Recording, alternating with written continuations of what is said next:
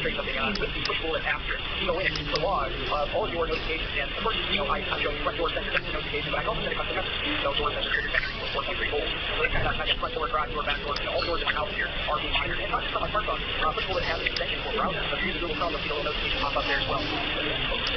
So everything with the board is designed out to be custom for my drone switch. I actually handed their board out to the channel. So if you're interested in that, take a look at this below. It's all open source. I've got a wiki over here I created for it, a whole bunch of little videos on a bunch of things. I've got the schematic up there, some of the rewords and changes we did to get it to work, I put it together, and so I'm actually on version 2 at this point right now. The board also does some other cool things. So if it's up 1 microamp forever, it's triggered, it will wake up once an hour, check that battery voltage, and if it finally goes back to sleep, if it's low, it will send you that notification saying, hey, battery low. So if you've got the application where it's monitoring a blood sensor or smoke sensor, something like that, it never goes off, at least you're doing the battery voltage monitoring. And you might think, well, what's the big deal of monitoring a digital input? You know, you do that usually with a pull-up resistor or something like that. Well, the trick comes in when you're dealing with normally closed type contacts like door sensors. Right now, this is a closed contact. Okay, you have a connection to these wires. So if you set that into a microcontroller, let's say that contact is like right here, and you have a pull-up, and it's holding the ground. Well, right now, it would be closed, and you have that constant current draw from that pull-up. And that's what I wanted to get away from. So actually, going to one that you still have that current. So again, getting away from that completely, I want to sub 1 microamp current. So that can stay like forever. It depends on how often it's wake up. But even with a normal voltage type contact, that's something where there's a couple ways to do that. Let's just draw a quick picture here. Like that. And that's your microcontroller. I'm drawing an angle. And I'll just pull down. I'll pull back that. Let's just say that. The pull down resistor. And right now, we'll pull no current at all. Right? That's fine. But the other thing that's the problem here with this is if you were to open the door and leave it open, okay, there's that style of contact, then it would be closed repeatedly, drain that resistor. So I wanted to get away from that. And this circuit here is what I came up with. It's a pulse-based circuit. So instead of waking up on a closed and a triple close like that and seeing that same high or low, I wanted to just pulse wake up. This is normally open contact. The other thing you could do is have that actually control the power to your trunk. So when that contact closes, it actually gives power to that contact. Something like that. I'm making a video about that on a ladder. So like last week, it was just closed reach. It wake up to the thing and unlock itself to power. You can do that. That's awesome. The problem with that though is you want that timer wake up. And you have to kind of roll that Excel all the time. So anyway, I weighed all the different concepts here and came up with this one. And this is again based on the pulse type circuit. And your contact is right over here. Okay, so it's continuously getting feedback to this point right here. Got a dial. Block anything from the outside. Anything from this circuit, you can't get to the outside. We'll open it. Closed door or open or whatever. And then right here we have a supervisor. Okay, this is used on board to monitor voltage rails. So if they fall below a certain value, go ahead and trigger reset. Hold all the processors and reset. So like ground out control, stuff like that. So I'm using a supervisor chip here to just monitor this voltage right here. So when that goes away, when this contact opens up, it loses the voltage here in the supervisor chip. They push full time. Meaning when there's voltage there, it is hot. It's driving that in high. When the voltage goes away, it drives it in low. And my hope originally was that we continue to hold that in low and drive it low even when the voltage is really strong. But actually doesn't quite do that because it gets its power from this in as well. So it's going to hold low. It holds low and then it doesn't fully try to degrade it. It's weird anyway. But that's fine. So I had modified the circuit up a little bit to basically allow it to pull through 10 microfarad faster. So anyway, what's that voltage here? Let me take that a little bit. The power to the board comes through the LDO. I'll come back to this. The power to the board comes through the LDO. So I've got a 4.2 volt battery to the board. And from the LDO, which is down here. Now, the LDO is enabled through the timer chip. It's CL5111. And you can throw that in and we'll find you'll break up words. Whatever. Just have that part of the board. You can kind of get everything you do working up there. And it's what controls the wake up every 1 hour, right? And I wake up and control the internal resistor that I've got down here. So I'll check the schematic just to show the basic functionality of the board. So that pull down resistor here, you set it for whatever you want. I think I've got set for 1 hour, which is 124 scale value down here. And also, if you ever pull this one high to see that, the battery voltage coming in, it will wake the timer up. And when it wakes up, it pulls it and enables it high, which enables the LDO, okay? And that's per hour. I'm going to jump over to the schematic real quick here to see the actual Intel. I'm showing it at a high level over here, but if you look at the schematic, there we go. So here is the CL5111, and it controls this LDO through the enablement of the drive in output here. Okay, so it enables that 3.3 volts through the LDO regulator, and then through the ESP6. It's done doing whatever it needs to do. It drives the gun in hot, and then it comes from over here on the ESP. Okay, so it's pretty straightforward. I've got a little reset button on the board too, so if you wanted to, that makes it pull that in high. This MOSFET that you see here forces a wake up of the timer. If it drives that in high, forces a wake up. So that's what I was getting at. You have your normal timer wake up every 1 hour, and then you've got your external trigger wake up coming from the normally closed contact out here. And it does that, and I was actually this one here, it does that through the MOSFET, not through the channel MOSFET. So what happens here is you lose the voltage here, did not see that voltage go away, and then it starts pulling low, and as soon as it pulls low, it was high, so the voltage at these 2 points was the same as that, essentially. We then pull low, and as soon as you pull low, the monitor, you're short down through the supervisor chip, pulling this into your low frequency. So when I hold it low, you're going to enable the channel MOSFET, pulling this into your high, waking up the timer IC. As soon as the timer IC wakes up, bam, it enables the LDO, we get 3 3, it gets 86, 3, this moves up, it then goes and checks this in here, which when that went low, okay, right here, this is actually high, so it knows that it was an external wake up, okay? If this was getting high and then woke up, this would be on, pulling this in low, okay, so check that, if it's low, it knows it's a timer wake up. So that's like the whole point of this. You want to know whether a timer woke up or the external trigger, and it does that monitoring system here, on here, and that's in the schematic over here as well. Okay, so that's kind of how that whole thing works. So here's the external wake and what, here's the feedback channel, which I actually schematic comparison is, I've got detail and backwards, working mistake, and all the things are documented in this, which NLPF needs to do, schematic, published very short. Have an official piece. You can not only monitor normal close in, you can also monitor normal go in close. Normally open. Yeah, you can monitor both normally closed or normally open. So you can have a blood sensor closes when it triggers, monitor that. And it's the current, both when the contact closes or open. So it's kind of cool the way that whole thing works. Okay, so I think that kind of breaks down hardware. That's really, I think, the most novel thing about the circuit. It also has a pretty cool little circuit over here to monitor battery voltage and then the NTSC pair. So it wakes up and enable the battery voltage to this voltage divider here, the DSP, and then divide by 4.5 because it can only handle 1 volt without the analog digital DSP in it. So again, this voltage divider stuff is hanging out there on the back. There would be a constant drain on your battery through the divider resistor. So this basically when that goes high, the NTN turns on, giving that phase current down through the PNC. Turns this on. There's also an error in there as well. R13 is supposed to be right there, and I've got a little pull up over here to get that to fully turn off. That's it. And I've got a video on that battery voltage measurement. Okay, so I'm all over the place, but that covers sort of the hardware of the board. Let's jump into the code now for quickly. Okay, so we'll just walk through this Arduino code quickly here. And the code is still a work in progress. It's an example of code at this point, but it's pretty straightforward. There's not a whole lot going on. I've got a whole bunch of includes here. Early on, I was testing with this. I was trying all different sort of libraries and different examples, and includes started piling up over here. So I usually go back through some of the stuff, but for now, this code does work. Again, we're using Pushbullet for this whole thing. So if you go to pushbullet.com, you're going to want to sign up for an account, get Pushbullet, install hours, like I said. You can also get the extension for Google Chrome, which is cool. Right now, it seems like everything's free that I'm doing. I would gladly pay for this a couple bucks a month or whatever it is. This is all I ever wanted out of my IoT. So, and I just monitor everything in my house, and I'm going to be adding stores in. If I ever get some sort of PCI push notification, whatever, I would pay a couple bucks. So that's that. But once you sign up for this, go into settings, and then go to your account, and then you want to copy the token out of there. I'm going to check that real quick. So just around to blur anything out, and we can go to your account, settings account, and then you want to go to your access tokens, and then you're going to create this token here. You want to copy that, and paste it right here in the example code. Okay, so that's all you really need to do to get set up with this thing. Okay, so a lot of this code, by the way, I found at this website here. So these guys put together a really cool visual example, and some of that code I copied over into this, and also I leveraged some help from my friend Richard Johnson, and he wrote this entire function that lets me custom message to Pushbullet, and you check out these channels here. Okay, so let's just walk through this a little bit here. Here's all the stuff set up for Pushbullet. Use their API. We've got some things declared in here, and some of the miscellaneous things that we're using to convert the float variables into a filter array to have put into these messages. So that's down here. We'll keep track of the external wake. That's like the most important thing. So when you get a voice set up here, I'm going to skip around a little bit here. So the first thing we do is check that input pin. That one pin we were talking about earlier, this pin right here, external wake. So we check that pin immediately. So we need to know right away. The pulse we're getting in, so that's going to go away. So again, if that pin is high, that means that pin, the input response to that is low. So we know that it was an external wake. Otherwise, it's false coming in. We know it's a standard timer wake. Okay, so as soon as we're done checking that, setting that flat, we can go in and take a battery voltage measurement. We're doing that on analog, and a 0 analog read on A0. After the enable battery voltage measurement circuit, we try that pin high. Got a little bit of a settling time in there, probably. I can lower that down to 2 milliseconds. And then we drive the LED high at active low. We drive that LED pin low, and keep it low the whole time. Like I don't even turn it off because we're killing power to the entire board with that LEO. So if that young pin goes high, it will kill power. So we're going to turn the LED off. It will lose power.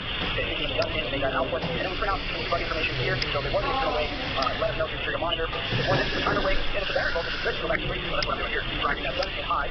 And then bring it to the battery voltage is right there. There's an extra Wi-Fi manager. So if you haven't used this before, you go down to, I'll show you Wi-Fi manager.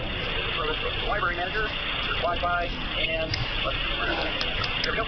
So go and download and install the Wi-Fi manager library, because this is how you provision the Wi-Fi module to your Wi-Fi access in your house. So this is setting up a timeout so that, if I can't get connections when it wakes up, the power's out, or Wi-Fi, something around the Wi-Fi, if I can't get it, kill it in 2 minutes. Cancel out the whole thing. And it will eventually kill power to it in the Bluetooth. I mean, you clean this up a little bit, so if I can detect that timeout issue, don't go any further than kill power immediately. But anyway, that's how it sets it up 15 minutes timeout. So we're not just sitting there all day long, yeah, you get Wi-Fi. And what that does, by the way, I'm going to wake up my board I've got here that I haven't provisioned yet. Second here, go ahead. Bring it up. As soon as it wakes up, it's going to want itself to have an access point. It can't get connection. Okay, so I just woke the board up, and what you want to do is, where I can figure it out here, where's that at? Steps right here. Okay, so once I put the timeout, I do an auto connect. So it already has the Wi-Fi setting in the stage. It will automatically connect. Otherwise, it's going to launch itself as its own access point called pusher. Okay, so once it launches itself as the pusher, you go and connect to it. So you're going to go and connect to that access point. I'll just go and do that now.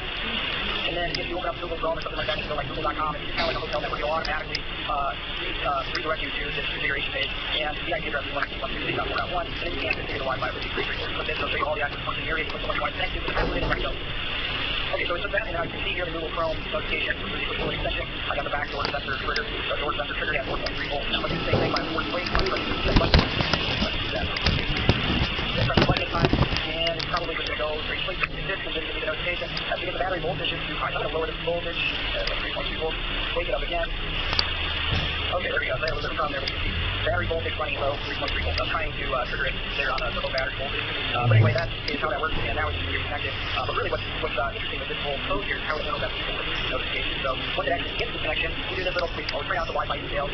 We also convert that float battery voltage into a character array so we can insert it into the message. And then we use this, depending on what's going on. So our internal wave wants the message to look like this. That's the door sensor trigger. If battery's running low, though, battery voltage running low. Okay? And that sensor with obviously voltage there. That's how Richard put this bundle together. So I can insert that value right here. Okay, so it's a very cool function, and it passes that whole message down to function down here. So when it's done with that, though, by the way, between the loop does nothing but toggle the junction and forces it low, or high and low, toggling it continuously so that it puts that LDO, turns the LDO off to the power switch module. Now, the reason I'm cycling that junction is because just in case the pulse was long enough, I'm going to pull up the channel, but just in case the pulse here continues to apply to that here, I want the junction to continually toggle, just in case it's still high at that here. So, you can release that. I want the junction to override that eventually. So if I just held that junction high, and held it high while this guy was there, it would never move off.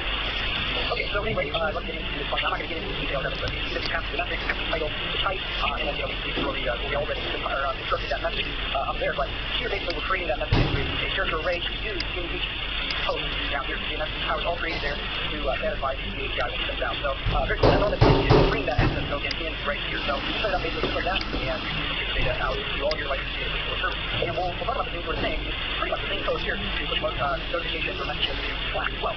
So, very cool stuff, and that is pretty much all there is to it. So, again, this code, by the way, is a little rough. You may run into it from circuitry, maybe a little rough. I'm continuing some of my tests here, and the board's all running now for a couple weeks, maybe even a month or so, I think. But everything's been working out just fine. But a few things I still need to work on, like what happens if it doesn't use Wi-Fi or it fails to connect. I don't have error handling anywhere in the code, so that might be something to look into. But definitely check out. I've got some. This code has got a lot of things that don't play around from other people, so make sure you go and check out their stuff as well. You want to give support back to them, and appreciate all the hard work taken into it. So check out Bo here and what Richard put out on this channel. So again, there you go. That is the introduction to the Pusher Board project. Thanks for watching. Hey, what's up, guys? So a while back I made a video on how stepper motors work, and I actually used push buttons to simulate the two beach bridges controlling the two coils within a standard bipolar stepper motor. Well, in this video, I'm actually going to show you how I typically control stepper motors, which is to use an integrated stepper motor driver chip. Okay, then you can talk to this chip using standard digital pins from your microcontroller, and you can get that nice clean movement using microstep. So in that video, I talked about full step, half step. Well, this driver is tracked to microstep. So you can do quarter step all the way down. We'll let you talk about the mode here a little bit, but you can get that precise movement that might be needed for your project. You know, that's why these motors are typically found in 3D printers, CNC machines. This one was actually pulled out of an old standard, so it's the same motor from that video, by the way. So anyway, we'll talk all about what I've got going on here, which is super simple, and then get into the code a little bit, which translates those steps into something useful, like number of rotations and certain RPM. So let's go ahead and jump in. Okay, so I'm just going to give you a quick rundown of hardware. This board here that's controlling the motor is the board I designed. It's called the Stepper board, and I actually handed it out to the makers of the channel, so if you're interested in that, take a look at the description below. It's basically just a breakout board for the DRV Stepper motor driver, and there are other boards out there. I'm sure throw this part number to eBay or whatever, you'll find a similar kind of board, or look at what's called PC driver. That's based on an Allegro part. So, and they're all the same kind of deal. You basically control the driver with simple digital pins around your microcontroller. So here's a schematic for the here. The motor hooks up over here. It's a 4-wire bipolar stepper motor. Hooks up over here. A plus A minus, B plus B minus. So your A coil and your B coil. If you don't know which wire to switch, you can always hold it out. You want to see resistance between A plus and A minus, then B plus and B minus. Don't worry, it doesn't matter if you've got A mixed up with B or A plus and A minus are mixed up. The worst that can happen is that this is rotating in the wrong direction. So you'll fix that by swapping A plus and A minus. You've got your motor voltage that you're going to run the driver at. And here I'm running it at 12 volts. The motor driver current is set with a trim line. You've got that right here. And usually the way I do it is starting all the way counterclockwise and slowly rotate it up while I'm actually running some test code on the motor, see where I'm getting good torque on the motor, and I can stop it there and slow it off. So that's that. Then to actually rotate the motor, it's pretty simple. You got that thing right here. Anytime this part sees a binding edge on that pin, it will rotate the motor 1 step. And this is a 1.8 degree per step motor. This big guy I've got here is also 1.8 degrees per step. The other ones that are 0.9, some are 0.45. So that's how we want to set the motor. So set that in whichever direction is the direction change here set forward. So from your microcontroller, you're also going to want to pick up to the direction change, and then we'll set the direction of rotation. So pretty simple. And it will step into a full step or half step or quarter step or whatever, based on how you have the both is trapped. Again, we'll talk about that later. But if you leave all these things unconnected, you'll rotate at full step 1.3 in the motor. Then you also have this active pin that's broken out. And this allows you to fully disable the motor. So right now you see the shaft is free sitting easily. If you wanted to actually hold that position with force, you can keep the motor activated. You'll actually use the will energized. So that's another thing. Now I'm running the microcontroller at 5 volts from the USB. So this is actually the USB required to supply. And as I get screwed up in this board here, you see I've got 3.3 volts. And that's because there's no way to do anything with this 3.3 volts because I've got these boolean reset pins both high standard, high ground. So you'll never be able to do this high signal here. You can hold it high because it will never be able to support high standard. The 3.3 volts will never be there. So but anyway, so for my setup here, we need to supply. So that is the separate board, and then of course I've got internal programmable little PC-738 breakout board, and just for grid also use that as well. So there's the whole thing out for that board. But again, we're just using the standard digital chip for grid pattern. I don't set up nothing special there. Okay, so jumping over to the code, how do we think? Well, see, that's pretty easy. All I have to do is give it a simple, just toggle the digital pin, it'll rotate the motor, and that is true, and that is all you'll need.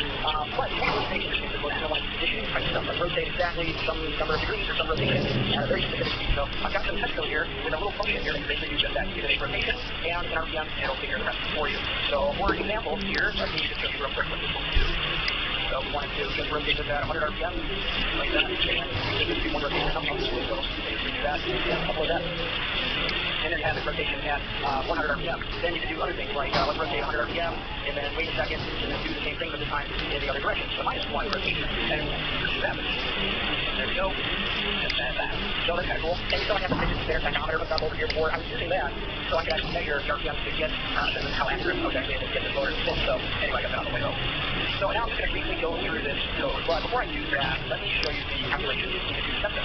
Okay, so I thought it'd be a little bit easier to do this on paper. I also have a little explanation in the code as well, but it's a little bit easier to talk about it on paper. So basically what we're going to do here is drive that step in like this. Okay, on and off. That's this whole period. Because the frequency we're driving our steps in at some RPM based on whatever the step angle of the motor is, what the step mode is of the driver.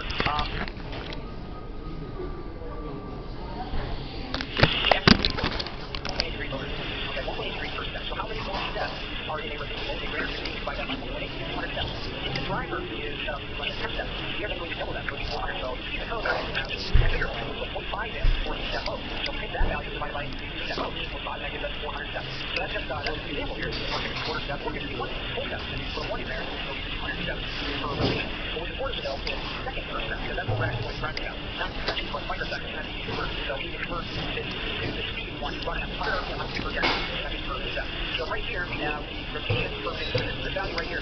Here's the RPM right here, rotation. So you put 100 in for that. We know that 100 RPM rotation per minute. So we have 60 seconds in 1 minute. That comes out the minute like that. So now 7 seconds. Then we need to convert rotation to steps. So we have 100 rotations per minute here. We know that one rotation equals this number of steps. Total number of steps right there, 400 steps. So the full equation there that you calculate is divided by our RPM value divided by the total step value, which is right here, 400 steps. So going down into the code here, we'll see the right here, this is the function. So it uses the rotation value coming in as positive or negative based on if it's positive or negative, set that direction, and if it's negative, let's look at that positive. So right here, we're going to do calculate the total steps per rotation. There's your 360 divided by your motor angle divided by step time that motor motor. Okay, then we take that value. Oh, something I actually missed. Is we take that value, step per rotation, and we need to then figure out the total number of steps. So right here we have this for loop going, right? So we're going to run this for loop at, run that in high and low. And we calculate the total number of steps. We do 100 rotations or whatever. It's a figure value times that total number of steps. So we have 400 steps in one rotation. We want to rotate 2 for a full rotation. 2 times that 800 total steps. So that's your 4 equals 0 minus 800, and then you get your rotation. Okay, so total steps. That's that is right there. There's the actual one down here. And this is the calculation right here. Walk through, so there it is, 50 seconds. Divided by the RPM, it's also divided by seconds per rotation, and then you convert that to microseconds, multiply 1 to 6. So now we have 50 seconds in real microseconds, so we're going to use, and we need an on time, zero time, and 6% right? So people are not for off, divide by 2, and then we start to go minus 5 on there, and that is to basically compensate for the order. Okay, and it's going to go through this here, and this check here, bigger than I, and check less than equal steps every time, so I added in a subtracted 5 out of this step period, and that's something I still need to do a little bit. So notice my speed was a little, forget how how it was, but or how far off it was from mid. So I have some higher RPM, it was off by some number of RPM, kind of getting back up there. So anyway, that's something I was looking through on. The other thing too is here that I was originally using digital right to low, digital right to high, and things like that, but obviously the correct force manipulation here is much faster than loaded RPM micro digital. So that might be something to look into this code. So that's why.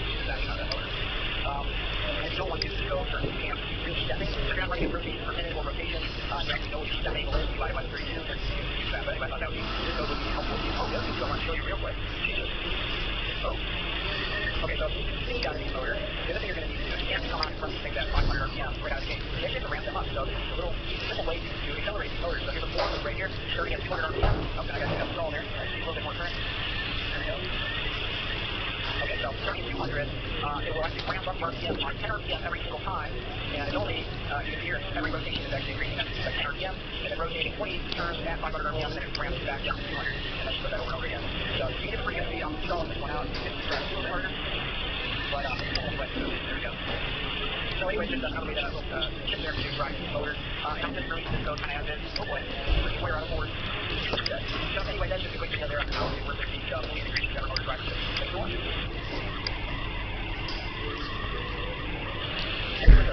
So the other day I said, this number was where we're getting away from electronic flying water. So free with a person. So of course I took one. It runs on 2 AA batteries. You press the gold button there, and then with the slide, in between there, this is the charge. So anyway, I thought it was a cool video. It's hard to see then how they are generating that high voltage over here. So look, so let's see what it looks. Well, you know, I guess if you're selling millions of these things, even a layer free, that the board would be extremely stable. This is a little hard here. See that battery voltage, that high voltage out the grill. And everything here is what I would expect. So the board is a handle like this. The battery is down here. And the wires going out to the right, got the center wire, or right to the middle, one wire connected down towards the outer grill. So the bug slides in, has to make contact with the outer grill and the inner grill. So looking at the board, everything here is pretty much what I would expect. You've got the magnetic, high voltage capacitor, some sort of oscillator on the voltage side, and one LED, and that's it. Just really not a whole lot to this. So when I first straightened this out, I came up with this, and at first, this is all making sense. I used this type of transformer before it had a power supply. It's a same transformer. It's got 3 pins on the low voltage side, and 3 pins on the high voltage side. So I was expecting an arrangement kind of like this. Like a 3 pins there, there's a center tap, and a center tap on the high voltage side. Not exactly what I was expecting for this type of converter. And honestly, I was expecting some sort of voltage multiplier kind of circuit, something like that, but not super good. So this clearly is not correct, because I don't understand this, and I don't know how. I drew it out and I was trying to figure out how this can possibly get any sort of oscillation here. We're even connecting 470 ohm resistors here, high voltage side, so it really doesn't make sense. So I actually pulled the transformer off of the board and opened it out to find where the winding works. Absolutely not. There is not 2 sets of windings to center that. There are 3 independent windings like this. Right there. So that's just set up like this. And we got 3 separate windings. So this makes a little bit more sense. For custom transformers, something I've never seen anything like this before. So when you look at this first, taking a look inside this arrangement, the board that you have as well, this is a dual like oscillator. It's a little unique and not exactly what I did. Specifically with some sort of series resistance in line with the transistors here. So maybe that's actually a flaw in this circuit. So or possibly that series resistance still seems to get used as bipolar NPN transistor. Maybe. So who knows? But this is the way it's hooked up. And we've got the dual beat type oscillator here, bang, bang, bang, bang, and then the high voltage winding out here. And this is a step up transformer. We do have much higher resistance across this winding than you see, like 1.5 ohms here over the exactly the same resistance, and then 230 ohms out here. So we've got the step up transformer. I'm not sure exactly how this winding is coupled to CNC. I think it would be coupled into this winding here, because looking at the board, You've got the winding here, this one right across here, probably can't see that. But anyway, two pins here are actually for this winding, and this winding and this winding are symmetrical together. There's the high voltage and the low voltage. So that's probably where the step-up transformer actually takes place. And I might actually do a separate video where we take these guys, look at build up, probe around, try to actually figure out how this works. Maybe even speed it up a little bit. Okay, so anyway, on the high voltage side, standard rectifier here, it's a single diode, then the high voltage capacitor out here with a linear resistor cell. After I'm using it, high voltage means off, change capacitor. You know, that's all there is to it. I haven't actually measured the high voltage, which is kind of a quick video to show you the bare bones circuit, how it all kind of works, and then we'll take our two guys from here. Let me know if that's something that's fine. So anyway, quick video there. Thanks for watching. Hey, what's up, guys? So it seems like the hot toys out there right now are they might change the CPU or fix the set of switches and fuels, flickers, all kinds of stuff. And the whole idea is that there is a video with it, right? Well, they also have stick spinners, which kind of look like my pocket knife here, because they're kind of like a wheel bearing. They're you would grab onto it with your fingers and spin it. So your fingers don't switch it. They're staying on there, open it all day and spin it. And what I like to do is actually, with all their spinners, you can for long, and also with them spinning them fast. So I actually came up with a spinner tachometer here that I'm trying to spin out with. Okay, for a demo, I decided to bring and a spinner expert into it, and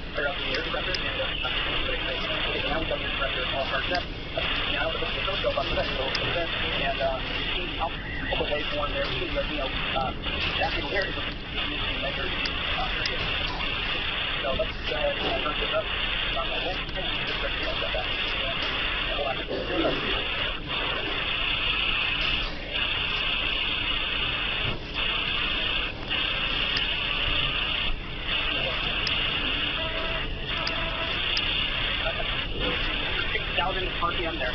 Hold on.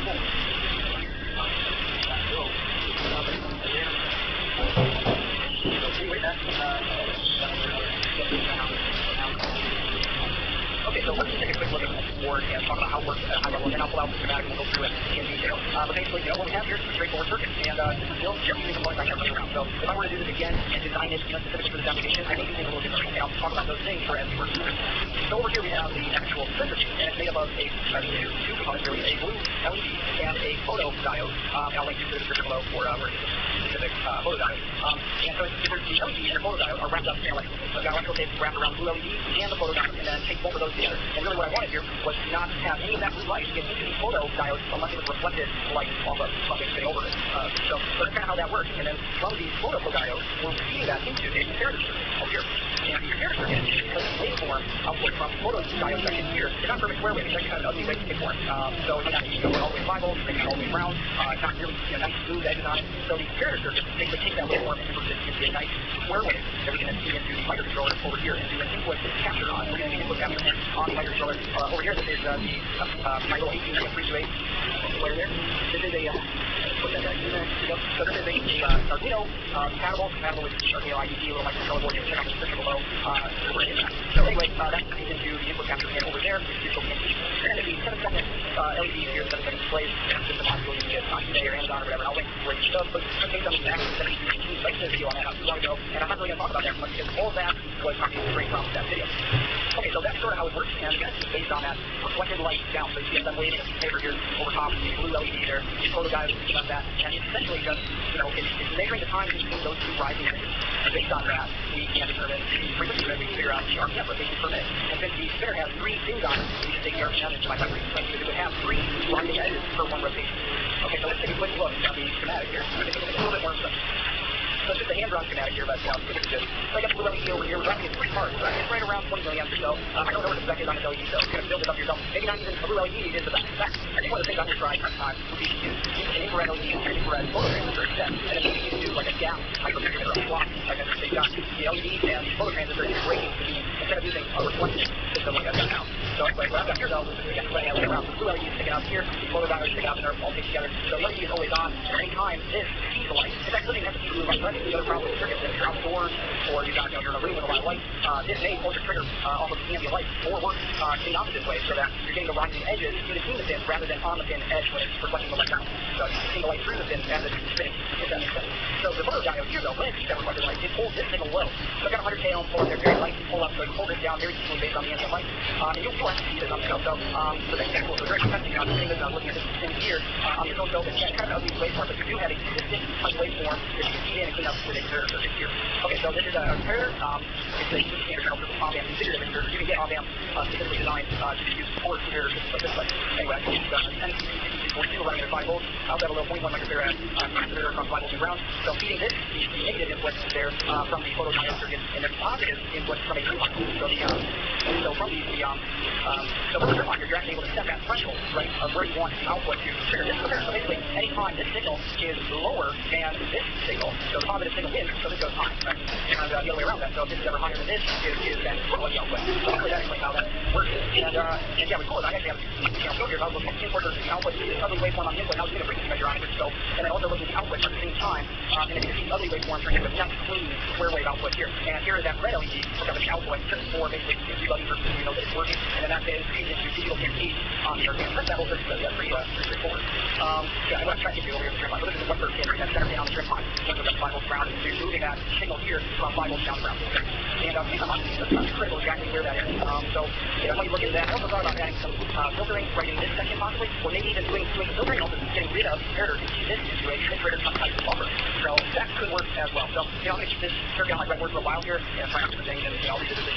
I've got something coming up with motors that I want to use this same technology circuit for. So anyway, we'll get into that. So the other thing though with this MPPT where you use this dual op-amp, so the other op-amp is always a good idea to configure in some node states with this constant requirement free oscillating. So the positive input is grounded and then I have the output of that one high factor negative terminal. Okay, so that's the circuit. So your video code is pretty straightforward. I'm not going to get into Max 1719 so much because it's a straight copy over from that other video I did. I did a full walkthrough of that, how that display is configured and how you work with it. So you see I've got a initialization function here. You go down and you see all that code is dumped right there. So let's get right over that. And you can set up, you've got the timer 1 configuration which sets up the input capture functionality. And you know, if you never use the input capture down here, you know, I think you'll find it's extremely useful. So you make your own frequency counter or whatever else you need to measure at high speed. So we'll get your own tech counter for something else. So here we're using timer 1, so we'll throw a few of these registers into the data sheet and we'll go through them. So timer 1A, we're not doing anything with, it's all the zeros. Timer 1B, you never say this 0 there, as 1 0 to a 1, and that sets it up to run at full tilt. It's running at what is actually the clock at, you know, itself, which in this case is running at 16 megahertz. So it takes the biggest client, full speed there, and that is instead of configured input capture. We'll back up a little bit here.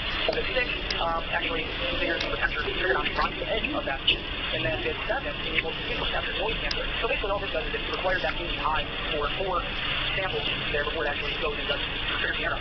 So that's fine for this. By the way, this is just sample code. I ran test this my actual waveform generator and applied a no good frequency to the input of this pin, and I was surprised how accurate it was. So I had no compensation for that extra 4 cycles there that you see the pin high for. Didn't have any of that in there, and it worked. It was read, but I applied 1 filter to that. I think I was reading 1 filter. So that's pretty impressive. By the way, you do have to set up digital technique. That's an important so that's the master timer 1 here. Obviously, we need to enable the input capture interrupt. And we also need to enable the overflow interrupt here as well, because if you do not trigger an input capture within 65,000 counts, which will go pretty quick, right? At 15 megahertz, maybe like 4 milliseconds, you're going to trigger the overflow before the interrupt or the input capture. So we need to keep track of those overflows, and we're going to add those in for a full period between the rising edges of the input capture. Okay, so those 2 interrupts are enabled, then we actually kick off the interrupt. I've got the serial there just for debugging purposes. But we don't really need to talk about the loop yet because this whole thing is interrupt driven. And go down to where the interrupts are right here, timer 1 capture, this is the input capture. So when you see that rising edge band, it copies the context from timer counter 1 into input capture register 1 here, and then we can use that. So like let's say band within, before the overflow, you would have a count here. You know each count is occurring at that 15 megahertz block. You can multiply by, the 52.5 nanoseconds it's running at, you get the frequency, and 1 divided by that 60 period, and you're done with the frequency. So you see that I also had to add in a full count on 65,535 there because if we don't get input capture before the actual counter overflows, which occurs down here to this interrupt, we need to know that. So that's why we're incrementing the full count value here by 1 every time it overflows. So when we eventually do get input capture, we can take the full count and we know that each full count is worth 55,535 counts. We multiply that, add them all up, and now we have a total count value right here, and then we can multiply that out by the 2.5 nanoseconds per count, and And for the not strategic ones, I know that I have over 1,000 on top here, part of one device for individual frequencies, convert frequencies, to come with the map. I don't want this crazy long, floating number out there. So that's technical. But by the way, again, this is all technical, so I might optimize that a little bit. So at the end of this, we get a frequency with a full count, and then I would experiment this here by averaging. So this is a rolling average. So we do a little for loop here, and we've got this frequency array, and then just shifting everything in that array order by one, and then putting a new value in. So we're always pumping in a new value, rolling out the old stuff. And then when we go and display or read this value out to calculate that average, we do that actually up here in the loop. So that's how I'm calculating frequency based on input capture and critical stuff. And back up here, here's the loop. So as the loop is kind of going through here, clears out the average, frequency average. I handle the serial print stuff in here to bring that back in. Swap it up to the max that we do not see as my primary display. So I can have all that stuff commented out. But anyway, we clear out the average value, go and add them all up in that array, the 10 values that are in our rolling average array. Then we calculate the average by taking the sum there, this is for the 10 values, divided by 10. And we have the average here, and we convert to RPM, taking that value, taking the rotation per second, what we have here, and we know 60 seconds per minute. So we can take that times 60 and convert to rotation per minute. And then again, the free bands there, the free bands that's finished, take that RPM divided by 3, and then go and throw it on the max up to 19 display. So I have to tweak this little function in here a little bit to convert that to integer, integer there as well. And again, this is just a copy over from that last video, where I had one, I don't know that one through that, this is pretty straightforward to drive that display. So anyway, that's pretty much it. It does that every 50 milliseconds, and so far so good. And I will revisit this in the near future once I do a video on the motors that I was talking about, and I'll use this to verify that we are driving certain bands, certain RPM values. Okay, so anyway, that's kind of a quick little project. Thanks a lot.